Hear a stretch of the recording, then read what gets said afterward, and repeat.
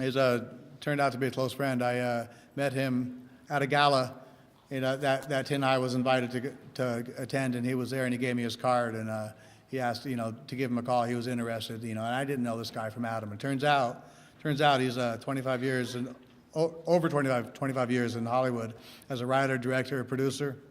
He's a philanthropist. He works at, most notably, he worked in Iran, and the film that he did back then, I'm sorry, Stephen, I don't remember the name of it.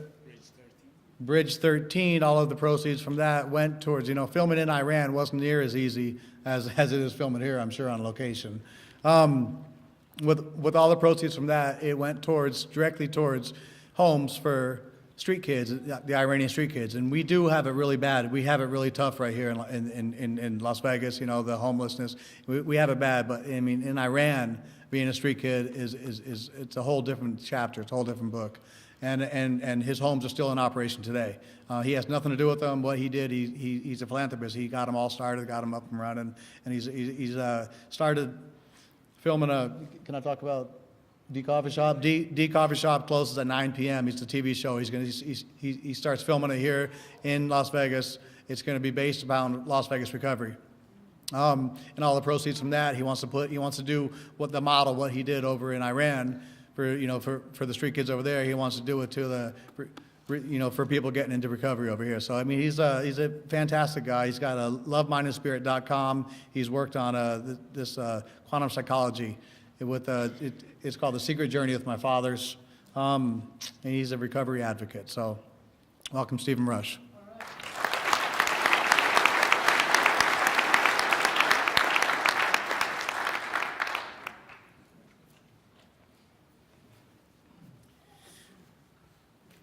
Well, welcome, every one of you. And I'm privileged to be here and talk about addiction, talk about recovery, talk about how we can, somehow in some way pass the message out. As a film director, I certainly had my share of using all kinds of drugs. So it's kind of like it was open field and you can do it. And we see the damages that is done, that I cried with my best friend that we hang around, Philip Seymour, and then also recently passed away with overdose. And also I worked with many different actors, actresses, such as Arnold Schwarzenegger. I directed many different feature films. I'm a member of a DGA, Director Guild of America, with more than 11 feature films, more than almost 35 television programming all over the world. I went to overseas. I went to actually had no intention to do anything with the homeless children, but I found these homeless children, 4 or 5 years old, in the middle of the streets, not even in Middle East, they are in Russia, they are over here, they're all over the place. And we decided, how can we get their voices out? How can we do something about it? And I found out no matter how much money I have, I can't afford to share and actually to save them. So the best things I could do is I could make a movie to write about they suffering. I want to tell you a story about this Pope. This Pope never wanted to speak. So they bring him to the balcony every year to talk. And he would say, my people, do you know what I want to talk about? And they said, yes. So he said, there's no need for me to say anything. And he walks away. The next year, he said, I don't want to talk. He goes in the balcony. He says, my people, do you know what I'm going to talk about? And the people says, no, I don't know. We don't know. And he said, you guys are stupid people. There's nothing I can talk to you about. So he walked back into these things. And the third year, people, they got smart. And the Pope comes on the balcony and says, my people, do you want to know what I'm going to talk about? And the people, they said, some of us do, some of us don't. And the Pope says, well, the one they know, tell the one they don't know. And he goes back there. So I was talking to Judge earlier, and he was talking about that we should have this audience for the people that they really needed to hear it.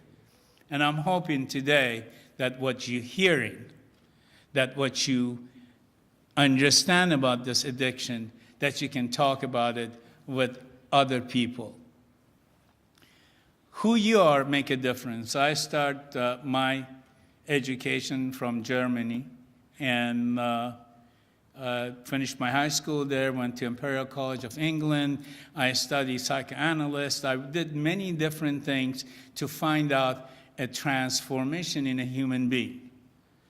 You guys might like dog, cats, and other animals, and I ended up loving human beings. Is it crazy? I just love human beings. They are incredible creatures. They are amazing people. When you go to the core of a human being, you find out who they are. You start going to love them for who they are and who they are not. You see, addiction as some form and somehow as the way we look at it is not really a criminal part of them. If I could use the analogy of it, it's just basically a little monster start walking and coming inside, and totally we change. Change to something that is not us, is not that person anymore. And it's in that moment that when they cannot help themselves, we need to find out how we can help them out. Unfortunately, there is not enough sources. There is not enough sources when they reach out to get a recovery that they need places to stay. I want to ask you guys to do something really incredible to bring that energy in. Would you do something with me? All right. Would I ask you guys to stand up, all of you? I know, this will take you off of your boring moment. And would you rub your hand as hard as you can? And hit it as hard as you can. Hard as you can. Hard as you can. Hard as you can. Thank you. Sit down. Do you feel the energy? It is the energy of all of us that can shift, can move things around. I am a believer on that. And I've been talking with more than 10,000 people attended to my secret journey with my fathers. It speaks about distinction of us as a human being. Judge was talking about it in very distinctive way. How could you tell the fish that you are wet? How do you tell the fish, hey, look, buddy, you're wet? Really? The only way you can tell the fish that the fish is a wet, to take him out, throw him in the floor, and then put him back in there. Now he understands the distinction between wet and dry. Really, when you're in the part of the addiction, you are that wet that there is no other way that you can find out how you can find recovery. That you need that really, that things that is a tough love that speaking of. It's a different world in addiction. People dying. It's not a kidding business. It really is a serious business. And the idea that I want to talk about it, not so much they die. We're all going to die. Don't tell nobody. That's my secret. I found out. We're all going to die in the end. It's my secret, though. But the problem is this. So many geniuses, they will die. And I will hang around with so many addicts, and I found one thing. Most of them, they are very, very intelligent, very smart, very intuitive. And the only thing happens from the family that I found out that basically they numb all that feeling. They feel that they had to numb it, not to deal with the reality of life. And it is in that moment that we need to help that smart, that genius, that makes a difference in the whole world, to be able to shift and not drown it in an addiction world. We really need that. You see, we're all different. On my research, I was in England, and we used to go to the mental hospital. And we used to hang around with the mental people, and we just go around and start talking to them. And I actually put the white uniform. I'm not a doctor, but I would put in white uniform to go in there and talk to them. And I will act like I'm friend with them. At one point, I had lots of this crazy mental people, they come into me and they sit down with me and they said, "Doctor, you know what? We like you better than the other doctors."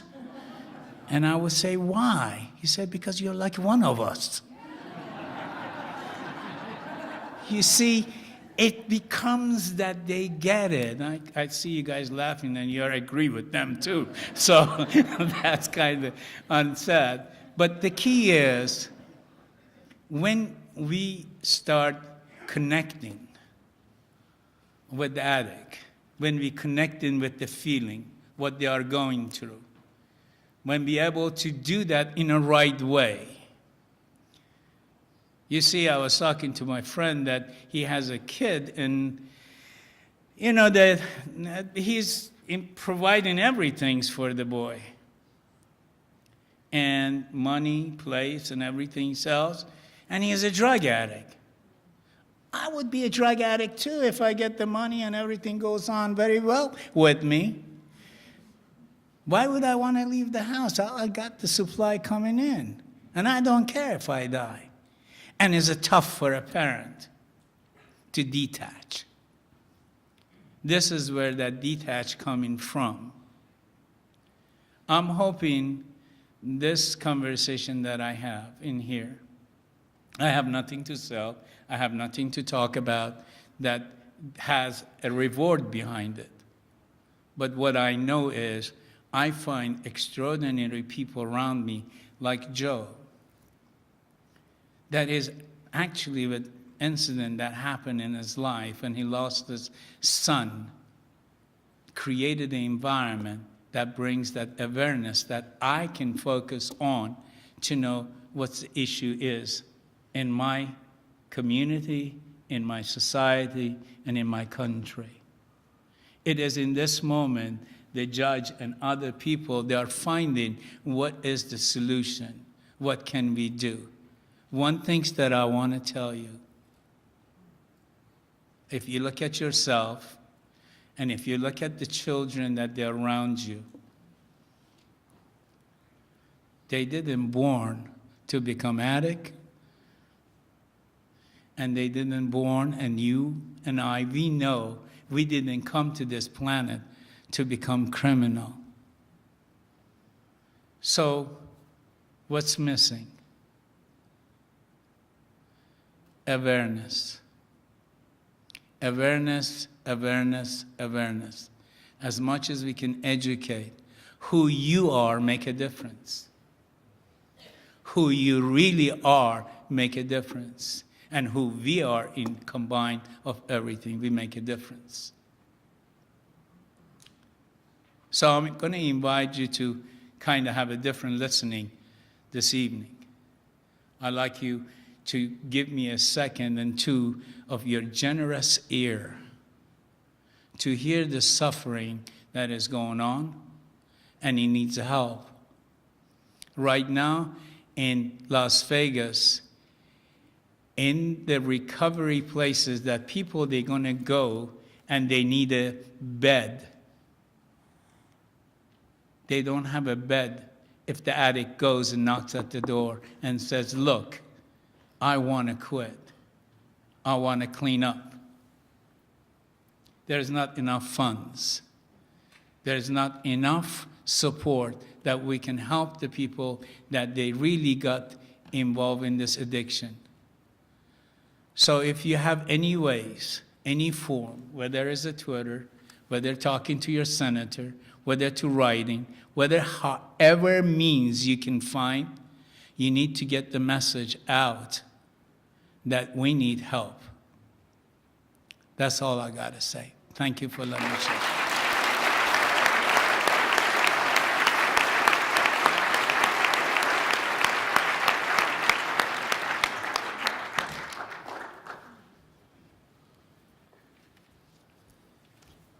Okay, well, this is our second year that we can get together and Teen High can bring Black Monday awareness for our drug problem, and I hope that all of you get something out of this panel and every speaker that we had, and be some motivation to be better friends, better citizens, and help our community.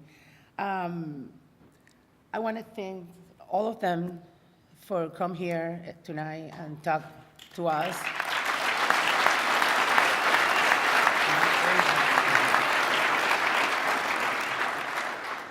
Also, I want to thank all the volunteers that made this event possible. And special thank you to one of our members of our committee, Rhonda Chia, that she had done very, very much for our group. Whatever, Rhonda, you are. Okay, I have a couple announcements to make. Our next meeting is February 22nd at Solution for Recovery. We always need volunteers. We need new people that want to join us and help us to make this event possible and other events. We always need somebody else that give their time and help us to achieve what we've been doing until now. We have some tickets for Buffalo Wild Wings. We have 2 locations, one in Henderson, one in North Las Vegas. The tickets are on the back where all the tables are set. And they will give 10% of your bill to Teen High. So if you guys want to help, please take some of those tickets, and if you go to Buffalo Wild Wings, use it. Also, we have a golf tournament coming up. Well, it's not too soon, but just save the date. October the 3rd, and we did last year, it was phenomenal. It was very successful. We raised a lot of money, so it's going to be another golf tournament this year.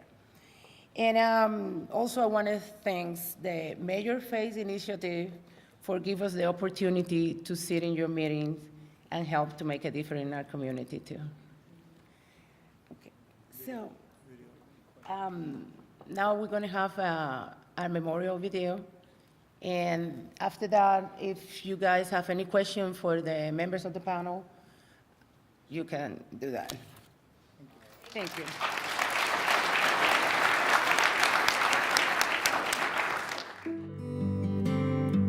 On the memory of the dance we shared beneath the stars above, for a moment was right. And how could I have known that you'd ever say goodbye? And